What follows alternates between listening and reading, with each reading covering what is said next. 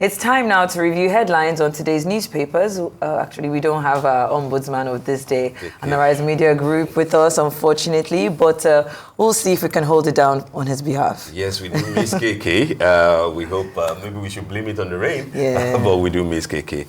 But we'll proceed nonetheless, and we'll start as always with this day on Sunday, and let's take it from top to bottom, Shaitan. Yes. The window story says NLC FEC lacks constitutional power to deliberate on minimum wage.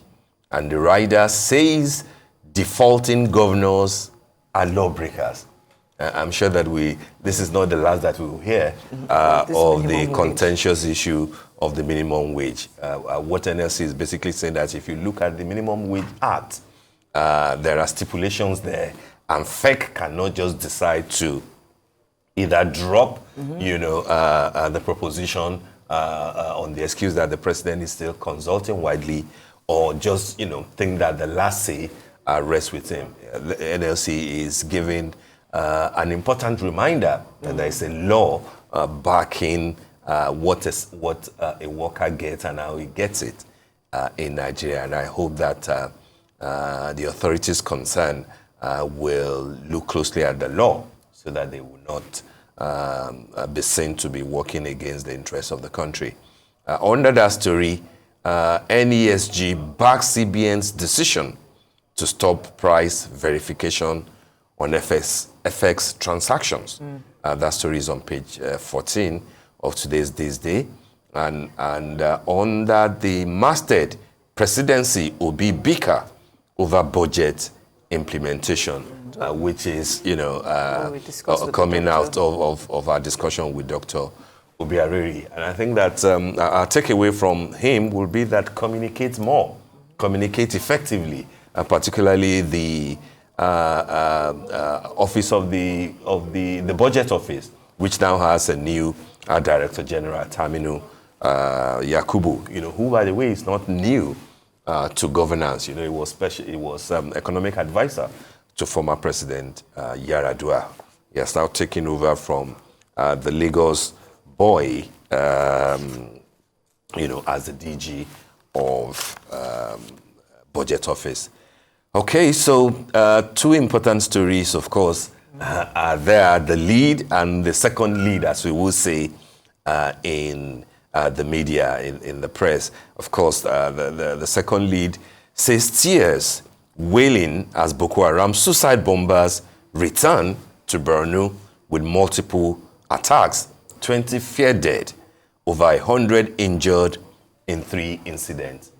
This is no good news at all, given the fact that yesterday, that we picked a story from the Nigerian army detailing how much progress has been made in the past 3 months. Exactly. How many people have been arrested, how many have been, extinguished, as they say, in the parlance and everything. But here, Borno, that used to be very volatile, and everybody will be thinking that maybe peace has returned to Borno.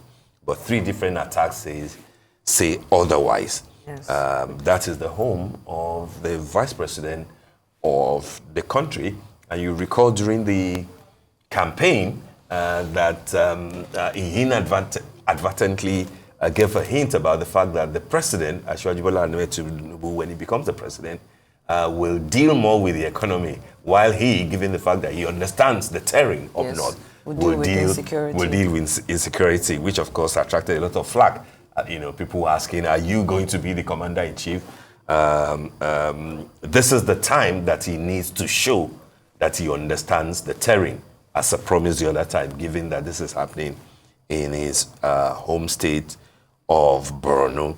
And of course, the lead story in today's paper is, also about the vice president. The headline reads, in defense of Tinubu's reforms, Shettima says, President imbued with capacity to fix economy. And I think the 3 riders there are quite interesting. Condemns mischievous fixation on president's health status, berates those mocking Tinubu over misstep during June 12th anniversary, says Roosevelt, Kibaki fixed U.S. Kenyan economies despite health challenges. Are there people still berating or mocking the president? No, my point is, if there are, I think that the vice president may be reading too much consuming so much of social media, and then wasting precious time responding to things like that, to the extent like that the story that's just above. Exactly, and to the extent that you are admitting what they are projecting to the president by now citing instances of president with health challenges who fix the economics of their country. Are you saying that the president, has challenges that we're not aware of, and that in spite of that, like Roosevelt and Kibaki, he will be able to fix the economy? I think that people in authority need to weigh these things carefully. This is not the communication that we want. We want communication about things that actually matter to the people. If there are issues that are obvious to people, like the misstep that is talking about, why are you worried that people are talking about it? The president handled it well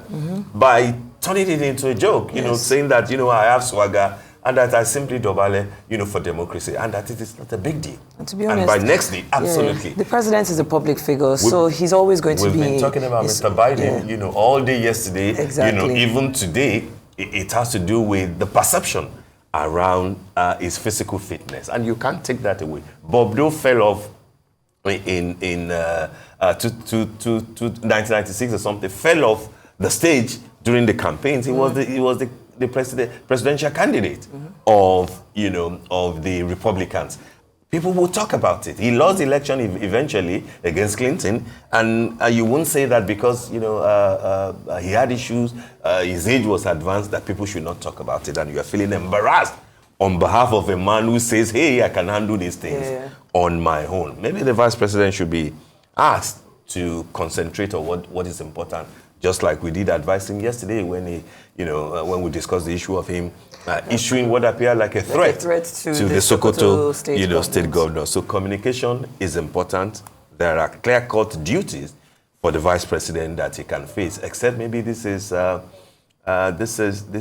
subtle way of trying to gain relevance in an administration where it looks like a lot of people are jostling for relevance and power around the president. There are many other ways to gain relevance, like, do your job. But let's see, there's one more stuff called the cover picture there before we move on. Oh, yes, that's correct. The cover picture, standing with the Saraki family. I think this is about, of course, the loss of Chief Mrs. the former Senate President. You can read standing with the Saraki family, we can see the members of the Saraki family, as well as starting with Mrs. Tope Edu Ni Saraki, former Minister of State for Transportation. We can also see just to her right there, Senator Gbemisola Saraki, the Osun State Governor, Senator Ademola Adeleke, former President of the Senate, Dr. Bukola Saraki, and billionaire businessman, Mr. Adedeji Adeleke. This was when the Adeleke family went over to console the Saraki family over the death of their mother, Chief Mrs. Morenike Florence Saraki in Lagos. May she continue to rest in peace. Amen. All right, then. Okay, do we move to, do we have This Day Style today? Honestly, yes. Okay, so we have This Day Style. I can see it's right it's there. been pulled up, yeah. On the Temi Otedola, isn't it? Temi Otedola, a star is born. This is definitely good times for her. Just a couple of I think days or weeks ago, I was online looking at her L'Oreal. She's now the brand ambassador for L'Oreal. But let me just read an excerpt of what today's This Day Style actually says about her. Daughter of Nigerian billionaire Femi Otedola Temi has swiftly transcended her family's legacy to carve out her own niche as a distinguished luxury lifestyle influencer and a burgeoning actress with a global influence. Temi's journey into the public eye began in December 2014 when she launched JTO Fashion, a blog that became a canvas to portray her personal beauty tips, art, and globe-trotting adventures. I mean, I think Temi is just an epitome of beauty and style and class, I've met her, I think, when she was promoting one of her movies, the one that was the one she did with Kule Afolayan. And she was Citation, exactly. And she was really sweet. I mean, a lot of people would expect that because she comes from such a family, she might be a bit, but she was very sweet, very graceful. Yeah. And she's just been, she got married to the love of her life, Mr. Easy. We didn't know. She? Oh yes, apparently. Oh, she's married now. So that music. They've been together for like a while. Years, there was a music video that came out, and there was like a bit of looked like a wedding ceremony. A lot of people thought it was just a music video, but then they did confirm that they actually did get married. It's no stunt. It's no stunt. Okay. All right. Do we have time to quickly look at the Punch, where the lead story says 21 states operate local government areas with caretaker committees? I think that is important, given what is happening in Rivers State at this point. So readers can find out for that, isn't it? 21 out of 36. But that doesn't make it right. It is not right at all. But I mean, again, this comes back to what the president has in stock for local government in terms of autonomy. I think that maybe they should just allow that to fly, so that we see that there are indeed three arms of government: the federal, the state, and the local government.